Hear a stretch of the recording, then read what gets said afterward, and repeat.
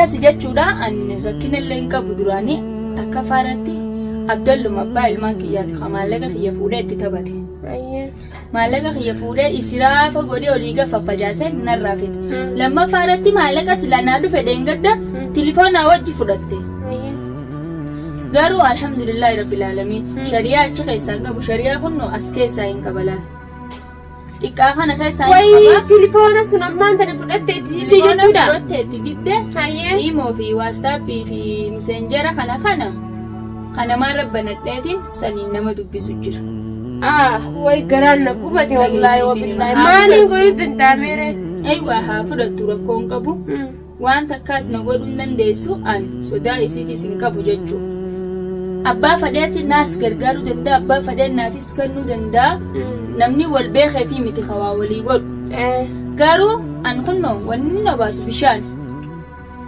aayilaandii bishaanii jechuu waan takkan taatu saniifuu faayoo garuu ammoo gaafa takka akka amma duraatti harka kiyyanni seena ati amma isii dhiisi ta'e isii suutatti deebinaati mi'ummaatu na gam jirti yaa ilaal fayyaa jaanguutu na gabdira arabtu maasha Allah yaa ummaati yeeyya fayyaa ifi ummaa takkaa taate waan takkan taane rafichis way garaan na gadeebar namni dhalle maali salaal daawwataa keenya milyoon tijaas waan takkan taane alhamdulillahi rabbil aalamiin akka faayootiin sila isiinoo addunyaarraa kutte jechuu garuu alhamdulillahi rabbil alamin galanni khansaati waan takkanarraan taane ogguma san takkittuma harkifte qofa qoonqifattee firraa deebiste malee waan takkan taane yaa rabbi si yaa gargaaru hayyee dubbati maanta na maallaquma sunuu amma halibaanillee bittu qabda maaliin qaban gabshaanuma hiyyaano baasa rabbii tokkichaan qaba rabbii malee waan takkan qabu yaa hordoftoota keenya gaafunoo akkana jetti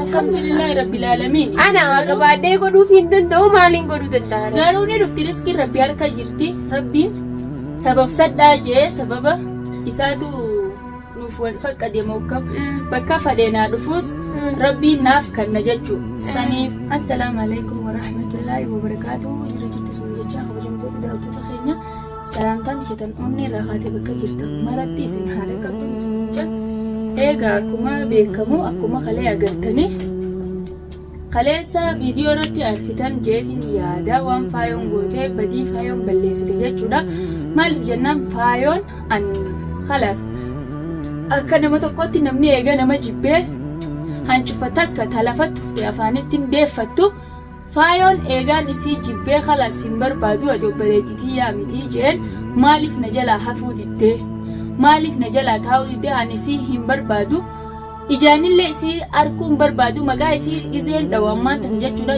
foon qaama kiyyaa coraan kiyyaa akka narratti hadoodaa jechuudha tana haadha siirii haadha shayxaanaa jechuudha maaliif jennaan ilmi namaa ilma namaa garuu faayoon wallaahi ana hedduutu akka na gaddisiiste maaliifi jireenya isii kan fuulduraatiif maal yaadde kaayyoo maal ifii kaayatteeti kan siirii jala deemtee akkanumatti siiriidhaan if dhamaasu jechuudha alhamdulillahi rabbil aalamiin kunno mucattiin tiyyaa ismiyyoon tiyya jechuudha waan takkan taane alhamdulillahi galanni karabbiitii silaa waan irraa taate faada gammatti an gizeen gabboohu jechuudha osuma coraan kiyya nololuutiin gabbehee mana kanarraa hammaama seenee jechuudha mana keessa ta'aniifis waan rabbiin nama fiduu san firraa deebisuu hin danda'ani rabbuma biraayii jechuudha hundinuu sababa gaa ilmi namaa kuni sababa ta'e malee rabbuma biraayii garuu faayoon akka nama tokkootti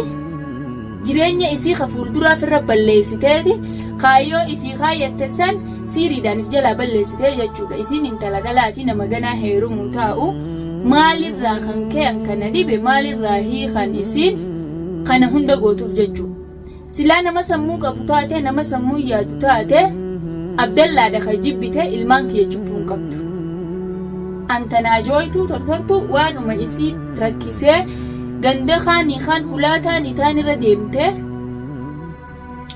ulaataan itaan ganda kaanii kan irra deemte hambaa bakka hundaa arraabaa mana namaa hundaa bojola namaa nyaacha hireesii ka deemtee laallanne jallaa akka isii tokko silaa heerumte kabajaa fi jaalalaan wajji jiraatte nutillee nuuf gammachuudha alhamdulillahi akkuma bifti namaa garagaraatti amalli namaallee garagara jechuudha injaa maaliif jennaan isiin kaleessa sila akka isiitiin miciyyooti ajjeestee jechuudha.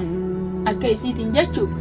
Ilmooti ajjeestee waagoota jechuudha. Alhamdulillahi rabbil aalamiin miyyoolleen hin dhuyne waan takkallee hin taane na duraahi galanni kan rabbiiti. Anniin gammada malee hin aaru. Maaliif hin gammada? Silaa isiin ka naarraa dhuydee waa taatu taatee summiinsa waagoota akkuma xiqqishoo gabbuchiistetti firraa deebiste firraa haqqistee jechuudha. Mucattiin hin dhuyne jechuudha. Alhamdulillahi warreen rifattanillee kunnoo waan takka hin taane rafu jirti jechuudha. Isiin ammaan tana rafu jirti. Silaa kan waan sanarraa dhuydee wallahi hedduu takka nagaddisiisti. An silaagaa mana kiyyaa waan hin fadheen keessa kaayyaddee gabbee ol deebi'ee fuudhee nyaachuus danda'a, fuudhee dhuguus danda'a. Amma immoo garuu shakkii keessa galee nyaataan irraa nyaadhee asitti dhiisee'u gabbehee ol deebi'ee nyaachuun natti ulfaata. Maaliif shakkii keessa galeetiin jira. Saniifuu faayoo viidiyoo tana hii agarte jeetiin yaada.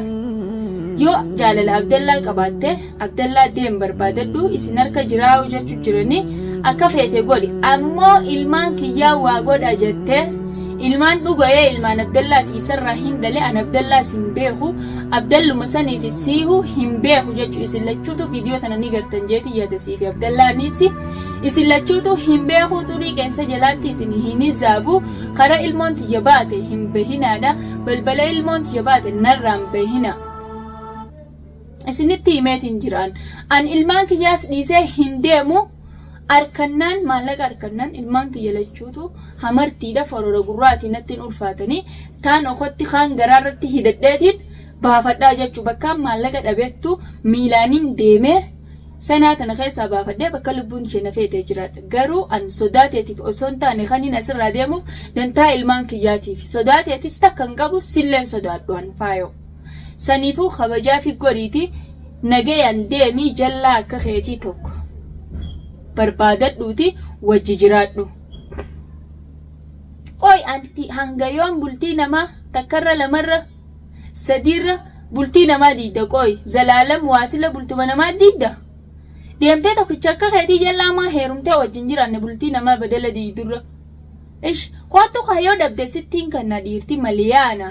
Raqama dhiiraa siifin kan yoo barbaaddeesi yoo hin barbaadne ammoo manattiin si geessaa fi hoyyaa baleetiiti yoo firraa na'uu dhabde akki jaan maraataa fi abbaatu hidhataa jaan garuu akkasi makmaaksa maraataa fi abbaatu hidhata akkaanan sin hidhannellee siin no godhe akkaanan sin jaalannellee siin no godhe akkaanan sin kabajnellee siin no godhe kana booda wal kabajuu fi wal jaalachuunis haftee jirti faayoo ani jaalalateetii fi kabajaate amata lama duraan fixadhee gaafa Abdallaa akkasi fuutee ilmooti ta Mubaarak ya isaa xiqqaa fuutee shaaraarra narraa dhiistee bineensa akka keetiitiin silaa narraa nyaachiste Abdallaa biraa hiite gartee saniitu si hafe sanii waa sin godhini si hidheetumaan akkasi bilaashitti mana keessatti si hidhe malee silaan akka namaatti si qixaaxee akkatti aayilaandii beeksee laal miila keetirra akkana dhabdhab godhe nagayaan jiraatte jechuudha. Si dhiisee jechuudha waa'ee keetillee haasa'uu dhiisee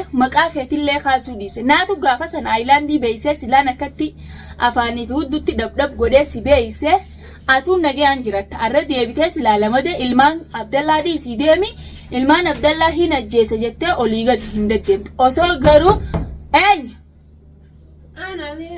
Seeni kottu eessa deemtee dhufte sa? Gadiin beelka kan tulmusuuni afuuraan kukkuttee uzbillaadha. Maal barbaaddi immoo? Maaltiin beelka saan? Silaan barisii tana garteemi? Gaafa duraanii takka hudduu isii irratti kanatti zeeta beeyse. Arraan tana olii gad deemtee garteemi akkatti olii gad deemtee shaarmuutitti waan barbaaddu. Isatti shaarmuuti. Adeemma isii dhiisi ta'e isii suutatti deebinaati. Miyyummaatu nagam jirti yaa. Alhamdulillah ilaal fayyaa jaanguutu naagabdina. Rabbitu maashaallah yaa ummaati yeeyya. Fayyaa guutuu. Ifi uumaa takkaa taate. Waan takka hin taane rafu jirtu. Wayi garaan nama deebar. Namni dhalle. Maali sun ilaal daawwattoota keenya. Miyyoon tiyyaas waan takka hin taane alhamdulillahi rabbil aalamiini akka faayootiin sila. Isiinoo addunyaarraa kutte jechuu garuu alhamdulillahi rabbil aalamiin galanni kansaati waan takka narraa hin taane ogguma san takkittumaa harkiftee qofa qooqqifattee firraa deebiste malee waan takka hin taane. Yaa rabbi si haa gargaaru. Anis kanaan deemu manuma kanaan taa'u.